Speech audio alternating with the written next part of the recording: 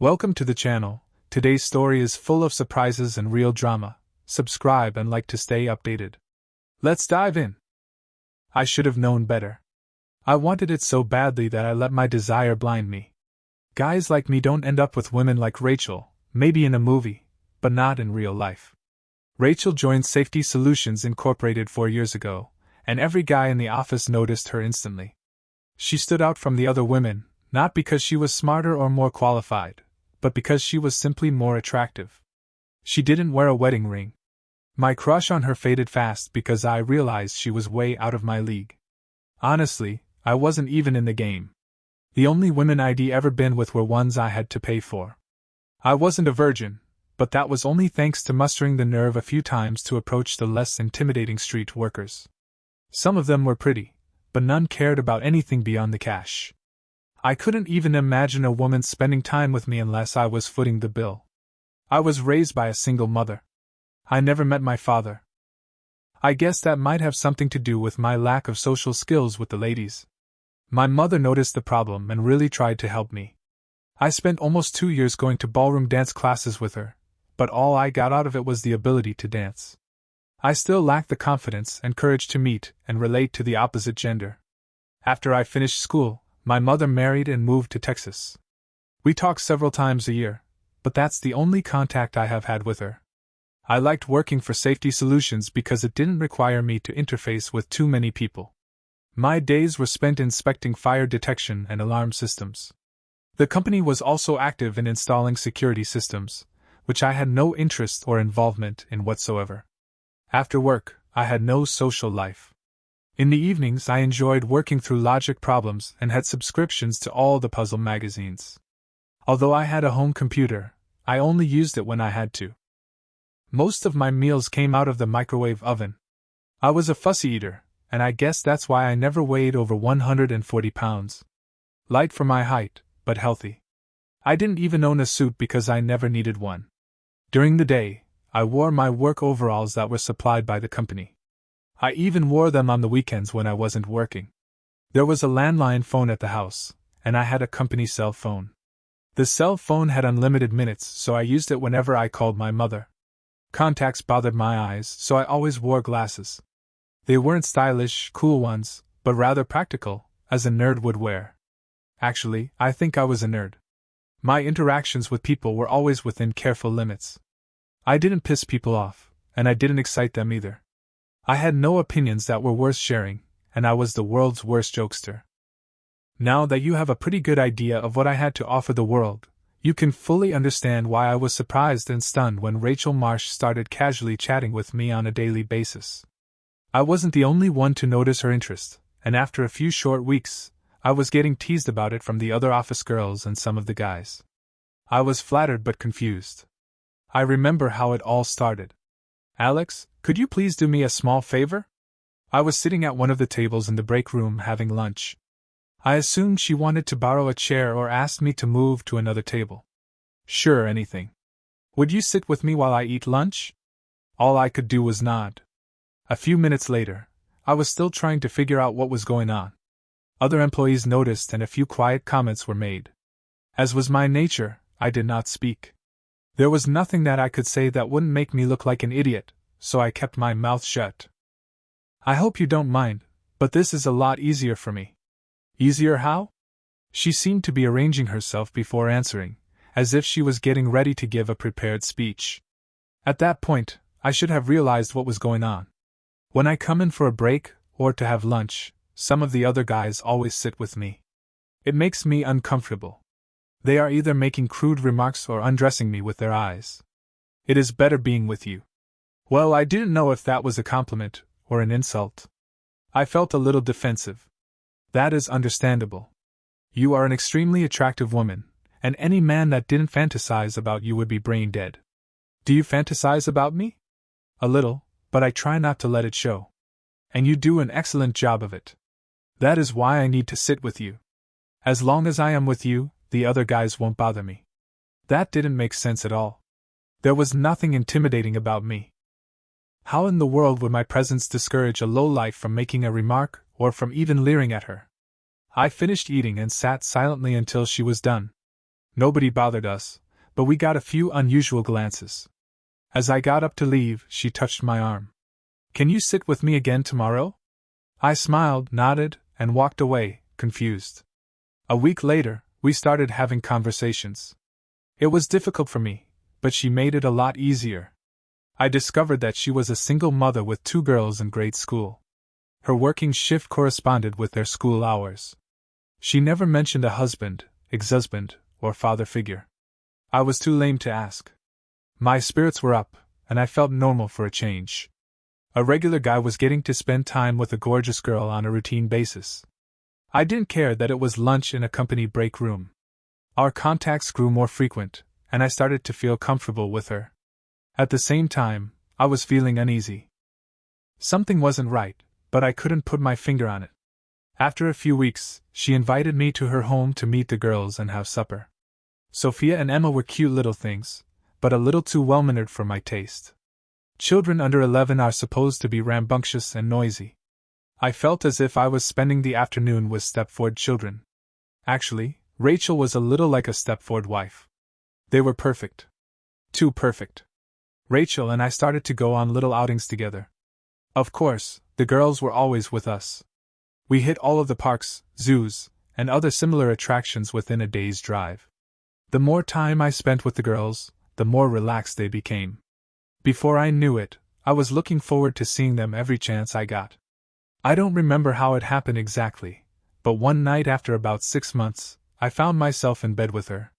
When I play the events of the night back in my head, it always comes out the same way. I didn't do a thing to initiate it. She took the lead and seemed to control everything: the place, the time, and what we did. Now, I'm not complaining. It was the first time I got any without having to pay for it. I can't say that it was wild, passionate sex, but it was the real thing. After the first night, we started to enjoy ourselves on a regular basis. At least I was enjoying myself. I was never sure about her. My life had suddenly taken a very different turn, but something wasn't right. To everyone's amazement, Rachel and I married 2 months later. It was a small ceremony. My mother flew up from Texas to meet the daughter-in-law she never expected to have. I paid for her ticket. Most of the people that attended the wedding were from work. Rachel's mother in Maple Hill was not able to make it. I had never met her or any other members of Rachel's family. She never talked about them. We found a small house to rent just until I could get a 20 down payment saved up. I was always cautious when it came to financial matters. Rachel no longer had to work and became a stay-at-home mom. We had sex on a regular basis, which I always enjoyed. For some reason, Rachel always insisted that we use protection. I had a perfect wife with 2 perfect daughters. It was like the Twilight Zone. After the first year, I had figured that things would mellow out for me, but that never happened. Every day was the same, and the longer it went on, the more paranoid I became. I would sit quietly some evenings and try to figure out what was wrong. The problem was that nothing was wrong. Rachel was a great wife, a great mother, and a wonderful partner. I started to think that I was going nuts. I was messing with my own mind, and I couldn't stop. Why was this happening to me? Why did I insist on ruining my own life? The best part of the marriage was the time I got to spend with the girls. I think they enjoyed it as much as I did. I am a logical person. I like to analyze things and draw conclusions. It is my nature. There was no reason why I couldn't look at this situation and figure some things out.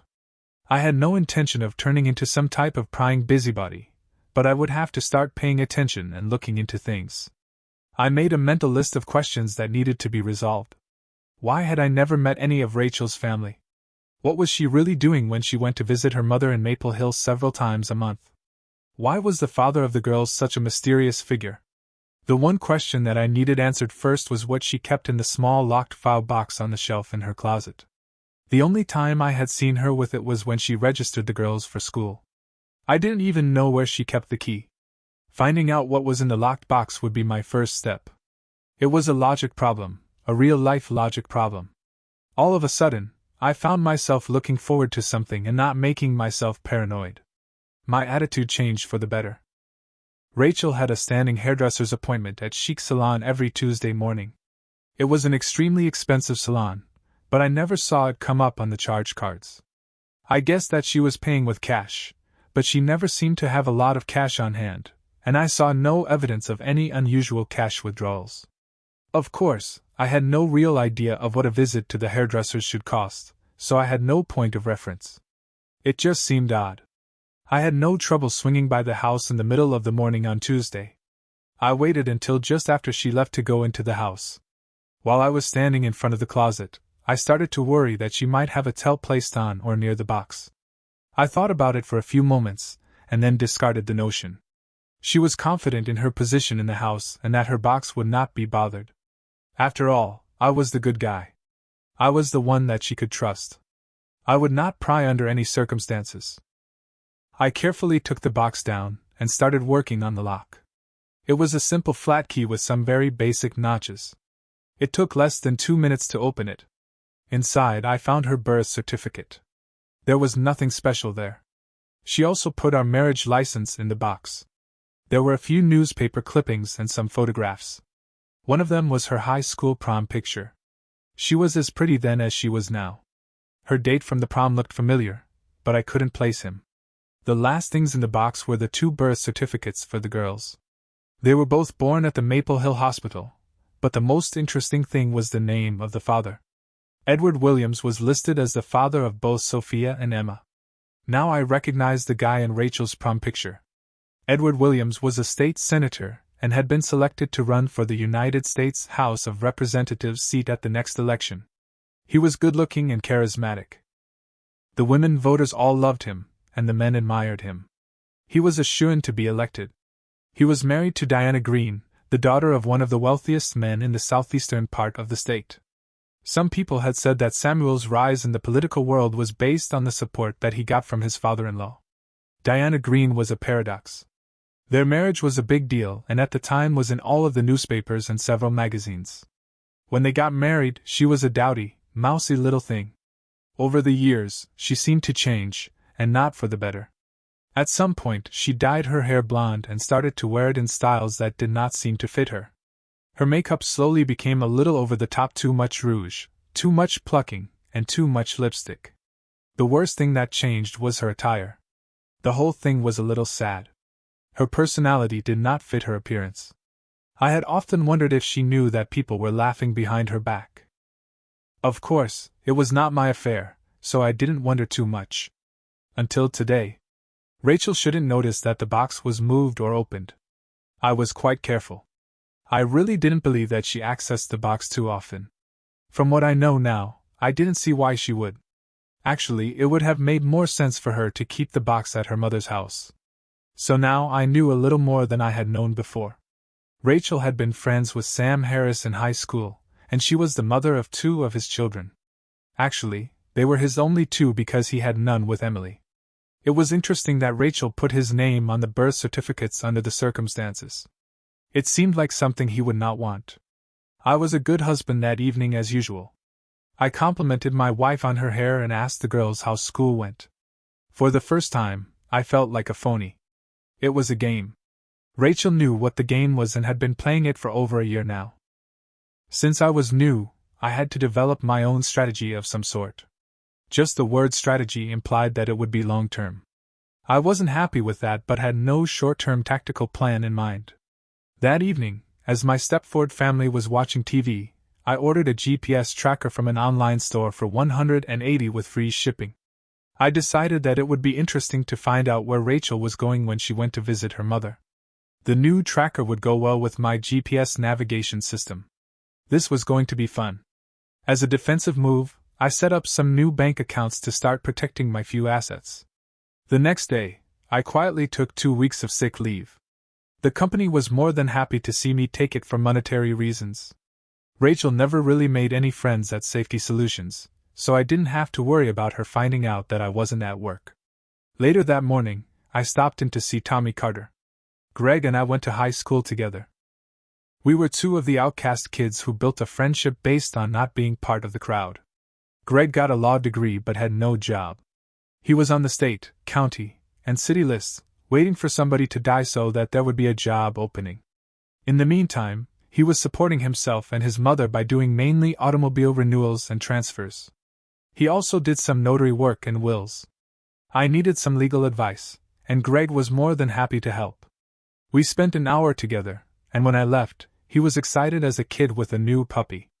I drove over towards Springfield and had lunch at a fast food joint. They had free Wi-Fi, and I had my laptop. An hour later, I had all sorts of data and information about Edward Williams. Most of what I got was political rhetoric, but mixed in with it was some information that I could use. I also ended up with a long list of addresses that I would need later. While I was surfing, I ran across an ad for a travel trade show that was being held in Memphis over the weekend. Rachel and the kids were going to visit her mother Friday after school, so I decided that the trade show looked good. After supper that evening, I did something that I had never done before. While Rachel was taking her evening shower, I took it upon myself to look through her purse. I had never considered violating her privacy like this before, but now we were playing a game. Everything looked normal, and I was about to close up when I noticed something in the bottom of her purse. It was a small satin-like bag with spa printed on it. Like any normal man, I avoided handling it. I picked it up and gingerly opened it to find an old flip phone. It only took me a minute to figure out that it was a prepaid cell phone with T-Mobile service. There was only one number in the call log. The phone was turned off when I found it, so I left it the same way. I would have no trouble finding out who owned that number. I think I already knew. Greg was in a good mood. He had several folders laid out on his desk in a neat row. He seemed anxious for me to sit down so that he could show me what he had done. Alex, I know that you said you wanted a simple divorce, but under the circumstances, you have some pretty good grounds for an annulment. The nice thing about that is that Rachel cannot contest it, and there is no division of assets. You each keep what you brought into the marriage. Are you sure? That would make things a lot easier and a lot faster. Greg pushed the first folder aside. What else? I had no trouble getting copies of the girls' birth certificates. Legally, Edward Williams doesn't owe you any support for taking care of the girls. If it went to court, we would get creamed in the first 5 minutes. However, the court of public opinion will have a field day with it. I suggest that we file for it, and make sure that the media is fully aware of it. That will be your responsibility. Why? I am paying you for legal services. Alex, if I get caught participating in a smear campaign, especially against a public official, my potential career as a lawyer is over before it is started. All right, what do I have to do? It is all printed out on this top sheet. Memorize the instructions carefully, and then burn the paper. That is a joke, right? I heard a groan from across the desk. Yeah, sorry, but I was just trying to make things a little easier. The next folder was an alienation of affection charge against Samuel. Greg didn't feel that this one would fly either, but it could be valuable in the same manner as the previous folder. The next one related to the recovery of expenses for supporting Rachel for the last year. It had nothing to do with the girls or his paternity for them. The last folder was not directly connected to me in any way but was a petition to have charges brought against Edward Williams on 6 different civil violations that were very remotely related to the situation. In one of them, Greg was actually charging Edward Williams with trade. He was claiming that Samuel forced Rachel to trade sex for room and board for herself and the girls. It was another long shot, which he had absolutely no chance of winning, but that would get a lot of saucy publicity. There were still a few holes that needed to be plugged, including at least one example of proof of any clandestine relationship between the two of them. I hoped that one would be taken care of this weekend. Rachel was surprised to see me when I came home for lunch later. I wanted to be there when the mail was delivered. She seemed happy for the company and made us some grilled cheese sandwiches. I tried my best to make polite conversation until the mail came. She noticed the priority package and commented on it. I told her it was a removable hard drive that I had ordered to back up the computers. She accepted the answer, and I left smiling. For the next hour, I carefully read all of the installation and operating instructions for my new GPS tracker. It was going to be fun. I planned it that way.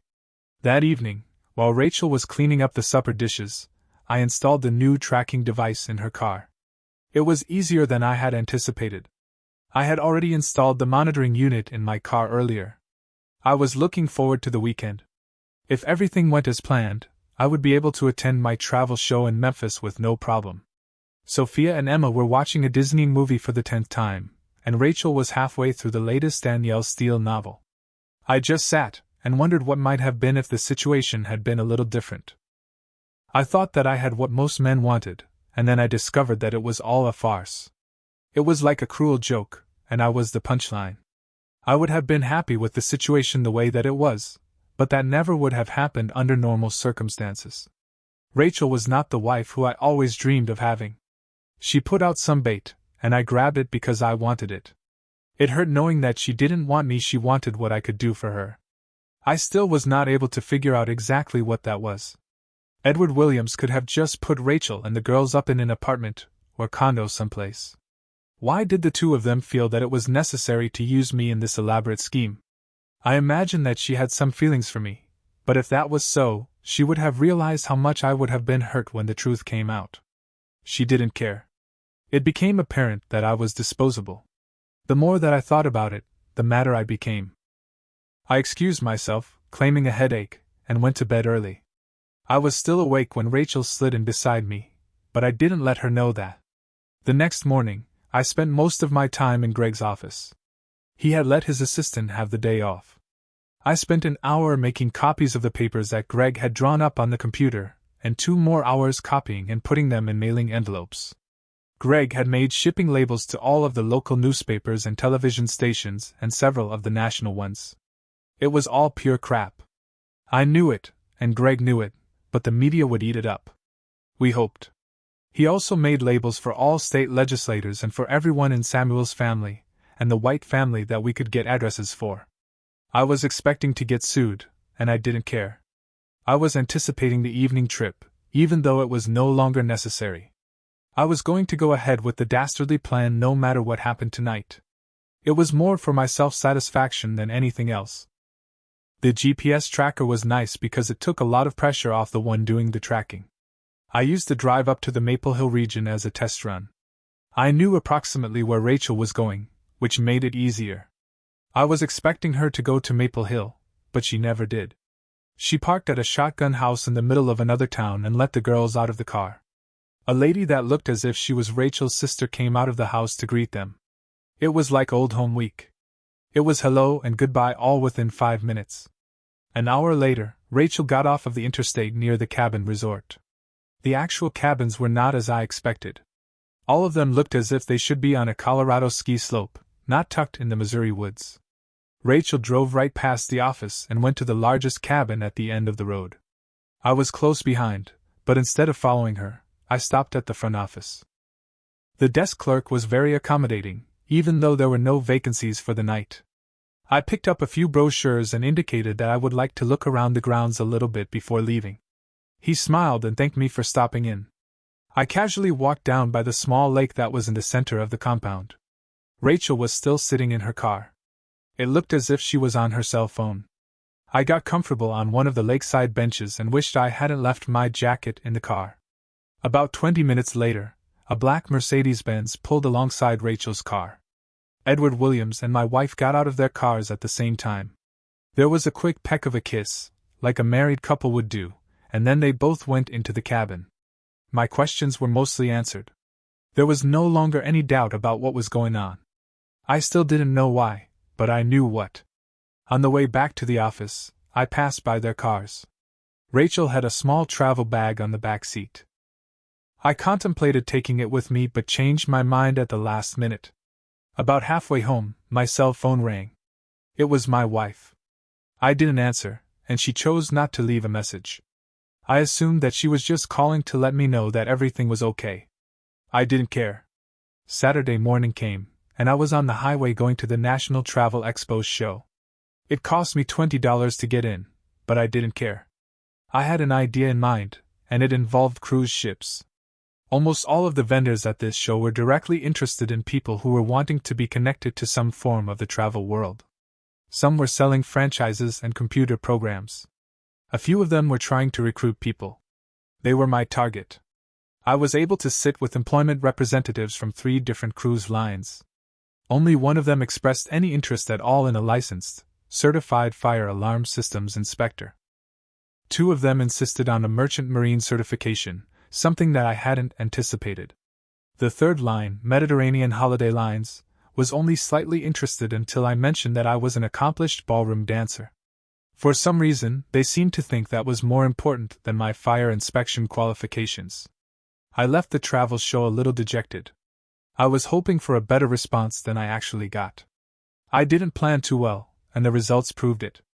At home that evening, I got a surprise telephone call from Sophia and Emma.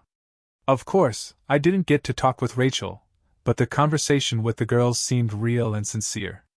I didn't ask them where their mother was because I didn't want to ruin the moment. Sunday morning, I got a surprise call from the rep at Mediterranean Holiday Lines. They offered me a 6-month contract on one of their Mediterranean island cruise ships. Although I was not qualified as a maritime inspector, they would be able to use me as a records keeper and report generator. I wasn't sure what all that entailed, but they seemed fairly confident that I was up for the job. The big catch was that I had to spend my evenings dancing with the guests. Hundreds of elderly single women took the cruises every year, and they all wanted handsome, charming men to dance with. I never considered myself as handsome and charming, but hell, I was willing to give it a try. I was expected to bring a formal black tux and a white tux jacket with me. I accepted, and within the hour, they emailed an employment contract for my signature. They had already scheduled a flight out of Springfield for me the next Friday. The tickets would be waiting at the counter. I always knew that I had that passport for some reason. That evening, Rachel seemed to be a little quieter than usual. Normally, when she came back from the visits to her mother, she was peppy. Friday seemed like a long time away. I realized that I was not going to be able to fake it for that long. I decided that Monday morning, while the girls were in school and Rachel was at the beauty salon, would be the best time to make my move. Monday was quite a busy day. I took all of the prepared envelopes from Greg's office down to the post office. The earliest that any of them would be delivered should be Tuesday. I gave Greg $5,000 to cover his fees and expenses. After giving my notice at work, I spent the rest of the morning closing accounts. One of the local tuxedo rental shops sold used outfits. Luckily, I was able to find 2 that actually fit. Since I needed a place to keep my new work clothes, I ended up renting a cheap motel room for 4 nights. I drove by the house as Rachel was leaving. I had no idea where she was going, but I figured that I would take advantage of the opportunity. After loading all of my things in the car, I realized that I didn't actually own much. I felt a little sad as I drove down the street for the last time. I was going to miss married life, even though it was a farce. The girls and I never seemed to warm up to each other, but I knew that I would think about them. It was a sorry situation. I felt hurt and cheated, but not enough to blow up. The only way out for me was to quietly disappear. I rented a storage unit and prepaid it for a year. Even though it was the smallest unit, the amount of stuff that I had looked pitiful. That night, I went overboard at Taco Bell. I got all of the items on the menu that I had never tried before. I can't explain why I did it, except that I was feeling a little reckless. Of course, most of the tray went into the trash. I couldn't force myself to eat it all. Later, sitting alone in the room, I was bored out of my head. Just on a whim, I called British Airways. A very agreeable young lady was more than willing to move my Friday reservation to Tuesday. Friday was the busiest day for the airlines, and Tuesday was a little slow. Greg drove me to the airport the next morning. He was going to keep my car for me while I was gone. I signed the title and told him that he could sell it if he could find a buyer. It was almost 15 years old, so we both laughed when I suggested it. The check-in went very smoothly, and then I found myself sitting on a long plastic bench watching the departure times change.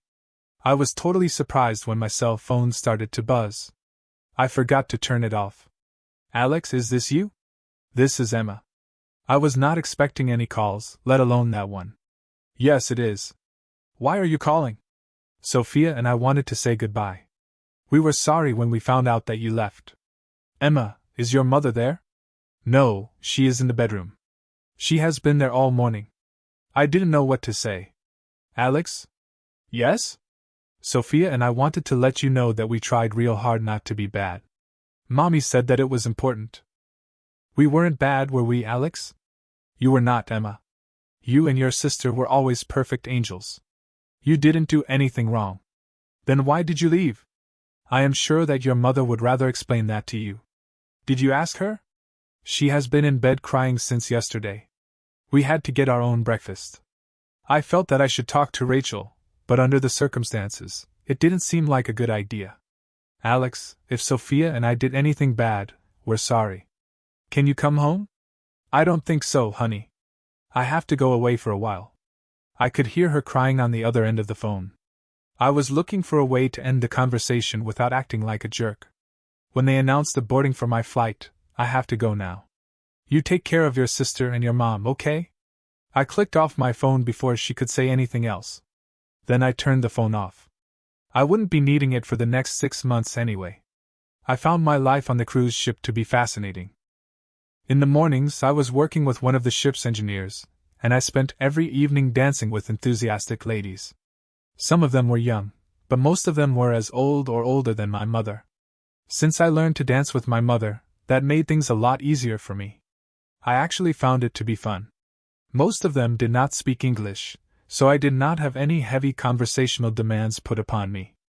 I got by very well with a smile and an occasional peck on the cheek at the end of a dance. They all seemed to enjoy that. Things changed as I started on my 5th voyage. The first day out, I was informed that I would be dining at the captain's table that evening. The only crew members that ever got to sit with the captain were high-ranking. I was at the bottom of the food chain, so my invitation was unusual. The only dress clothing that I had were my 2 tuxedos. I usually ate in the crew mess, and attire was not a factor. Since I had no idea about protocol or proper table manners, I waited until everyone else was seated before approaching. An empty chair was waiting for me. I addressed the captain as expected, and then gingerly sat down. I was, to say the least, extremely uncomfortable. I glanced around the table, trying to figure out why I was there. On my left was a large, sweaty man who seemed to be speaking Greek. On my right was a well-dressed lady my age who seemed vaguely familiar. When I glanced her way, she was looking slightly at me and smiling. I quickly looked away. As the meal was being served, I tried to pay attention to what the guests were chatting about, but to no avail.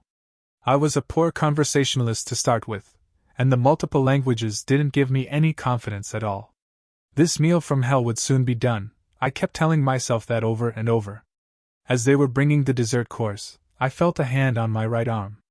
I turned my head, and she started to speak. Relax, Alex. You seem awfully tense. No one had ever introduced me, yet she knew my name. I realized that this must be the connection, the reason that I am at the captain's table. Who was she? How did she know my name? What did she want? It wasn't mysterious and exciting, it was scary and unnerving. The meal from hell would be over soon. The meal from hell would be over soon. When we finished, the guests started to wander off to do whatever they had scheduled. I was still sitting when the mysterious lady took my arm and walked me to one of the quiet bar areas. I was following her like a puppy dog and didn't know why. You have no idea who I am, do you? I just nodded in the affirmative. She laughed a little. Imagine bleached blonde hair and lots of makeup. Oh my God, you're Dolly Parton. My poor attempt at humor got me a poke in the ribs and another small laugh, more like a giggle. You are not paying attention, Alex. Think. I knew what the answer was, but knowing it just generated more questions. Diana Green. She smiled at my answer. I prefer to use my maiden name. Okay, Emily Harris. Neither of us said anything as a cute little Thai waitress set down our drinks. Mrs. Harris, I realize that we are sort of connected, but I don't understand how that would cause you to be here. Don't complicate things, Alex. I am just here to thank you. You probably don't realize the impact that you have had on my life. Absolutely not. I never met you before or have even seen you close up. Of course, you look a lot different than you did before. Good or bad? Good. Without a doubt, good. Thank you. Most of it was just hair and makeup. At that moment, she caught me looking at her. She couldn't help laughing at my discomfort. I think I was blushing. There was a lull in the conversation, so we both took a sip of our drinks. Oh, before I forget, I have something for you. Emily reached into her purse and pulled out an envelope that had been folded in half to fit. She was smiling as she handed it to me. It's your marriage annulment.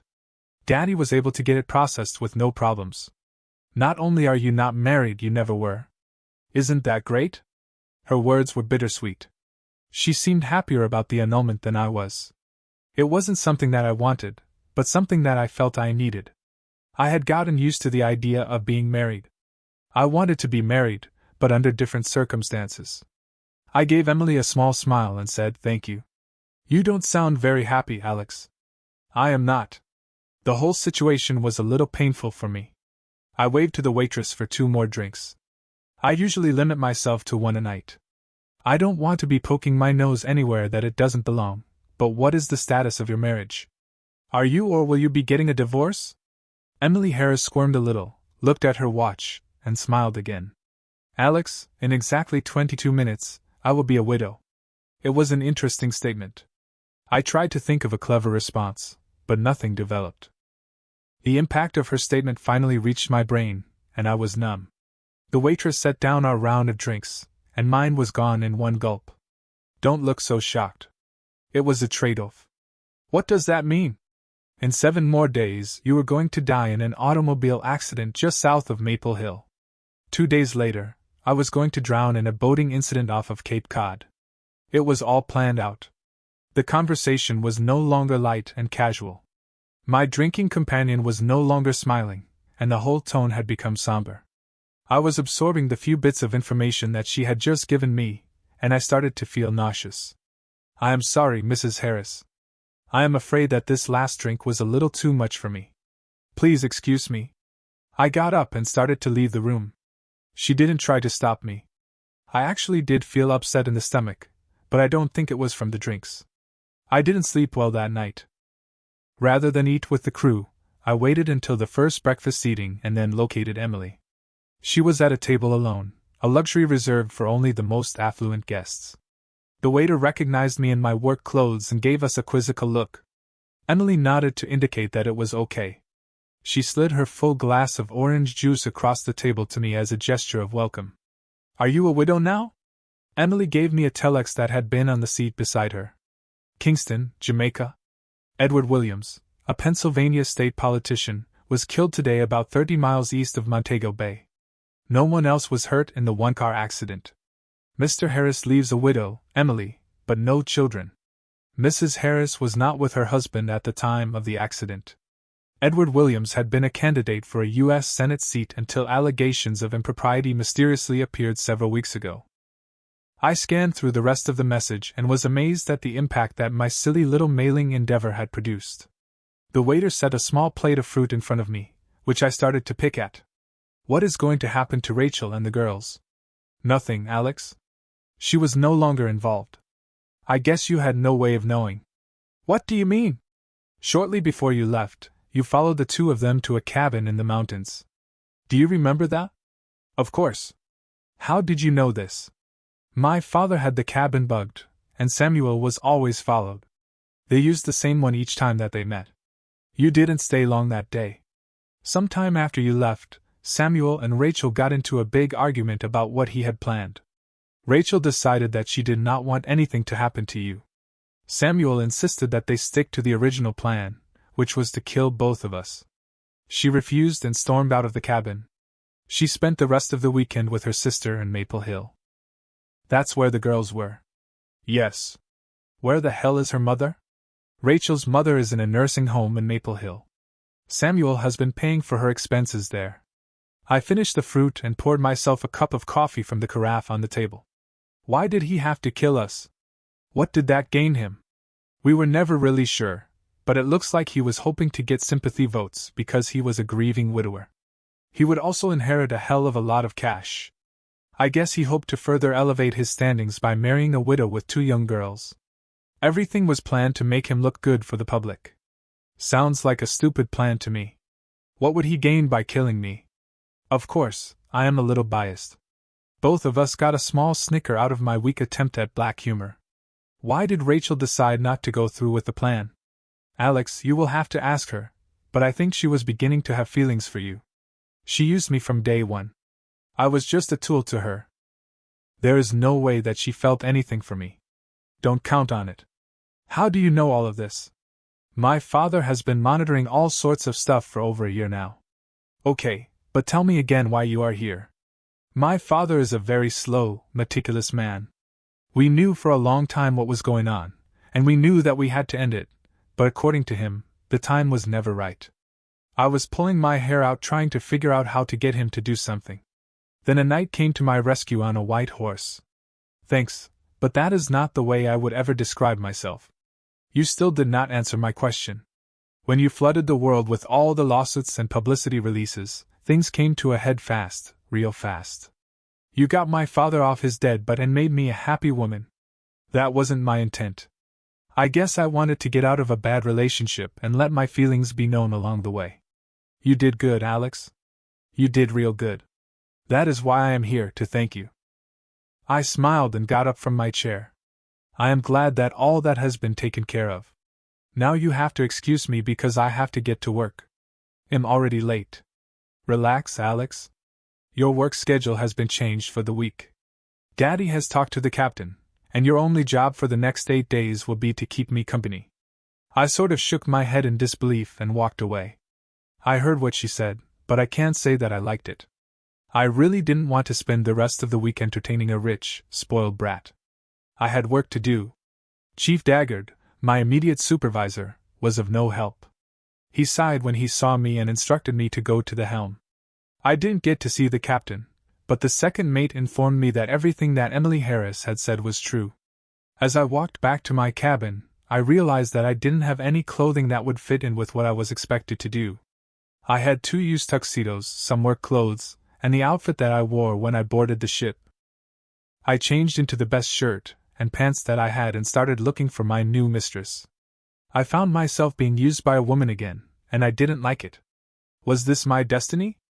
Would I spend the rest of my life as a whipping boy for dominant women? Maybe the word dominant is a little strong. In any event, I was not happy. She was reading a pocketbook while on the deck and sheltered from the wind. She smiled as I approached but seemed anxious. I'm sorry if I upset you, Alex. That was not my intent. I was hoping that you would get some satisfaction out of the arrangements that were made with the captain. Your reaction indicates that I was way off base. I sat beside her and tried to get comfortable. I never did like deck chairs. I was hoping that we could come to some sort of a compromise. I am willing to spend the days with you, and I will do everything that I can to be a good companion, but I feel that my evenings belong to the unaccompanied ladies that are on the cruise. You want to dance with them? Yes. There are several other men here that are doing the same thing, but there are never enough to go around. These women wait all day to dress up and go dancing. I can't let them down. Okay, I can accept that with a few restrictions. Between dances, you will sit with me, and I will get to select the women that you dance with. Why would you want to do that? I don't really know. But let's try it tonight. If it doesn't seem to work out, I will drop it. Okay? I'll give it a try. I don't understand why you want to do that, but I'll try. Good. This afternoon we will be stopping in Naples, and I will be buying you a few clothes for the rest of the trip. I can afford it, and I will not take no for an answer. Any questions? No. We both laughed when we realized that I gave her the answer that she said she would not accept. The rest of the day was fun. But there were not enough days left on the cruise for me to wear all the clothing that she bought for me. In fact, I had no room in my cabin to store them. Most of the shopping booty ended up in her suite by necessity. Emily and I had supper together but not at the captain's table. After supper, I changed into my black tux for the evening. Emily had a small table for 2 reserved on the edge of the dance floor and was waiting for me. You look very elegant, Alex. The tux suits you. Thank you. But I feel out of place. You are staring at me. Do I look okay? You are absolutely beautiful. I can't understand why Samuel did not appreciate what he had. I spent an hour in the ship's beauty salon getting ready for the evening. I am glad that you feel that it was worth the time. The dress fits perfectly. Before getting comfortable, I excused myself and walked over to the line of male companion dancers standing by the stage. Most of them were older men who got to take the cruises free in exchange for dancing with the guests 6 hours a night. They all loved the evenings and enjoyed entertaining the ladies. They were aware of my situation, but I still got a good teasing from them. Each of them promised to dance at least one dance with Emily that night. Emily enjoyed the evening more so than I would have ever expected. She had a different partner picked out for me every dance. The biggest challenge was a German lady in a wheelchair. I was unsure how to handle it until the lady herself made a few suggestions. She was the only one who I danced with twice. Emily got to dance several times, and a few were with other passengers. It was easy to understand why. She stayed with me until the band finished for the night. I walked her to her cabin and was rewarded with a kiss on the cheek and a sincere thank you. It was a wonderful evening as far as I was concerned. The week flew by. The last night of Emily's trip, she literally dragged me into her room and had her way with me. I got the feeling that she was a little disappointed with my lack of effort on the previous nights. Emily and I seemed to move together and fit together perfectly. 4 hours later, she was leaving to fly back home. She tried to convince me to go with her, but I didn't feel right about it. I still had 4 months to go on my contract. I promised to contact her as soon as I finished my obligation. It was a petty, stupid decision, but it was still important to me. For the next few weeks, I tried to convince myself that it only happened because she was recovering from the fallout with Samuel. Sometimes I felt like a cad because I had taken advantage of a grieving widow. Then I remembered that she wasn't grieving but rather celebrating. The more I thought about it, the more I confused myself. I spent my mornings with the daily safety reports and maintenance logs. My nights were filled with dancing. I started to specialize in entertaining the ladies with handicaps. Emily Harris never sent a letter, an email, or any other type of correspondence. I also never heard from Rachel, but then she had no idea where I was. I found myself thinking about Sophia and Emma a lot more than I expected to. I really missed them. I thought a lot about the situation that Rachel had put us into. I understood the basic concept of what she and Samuel were trying to do, but I never understood why they decided to do it. It was easy to explain it all away in my simple brain just by telling myself that I was just not sophisticated enough to comprehend it. Only Rachel could answer all the questions. My contract was up. The cruise line wanted me to sign up for another 6 months with a little bonus.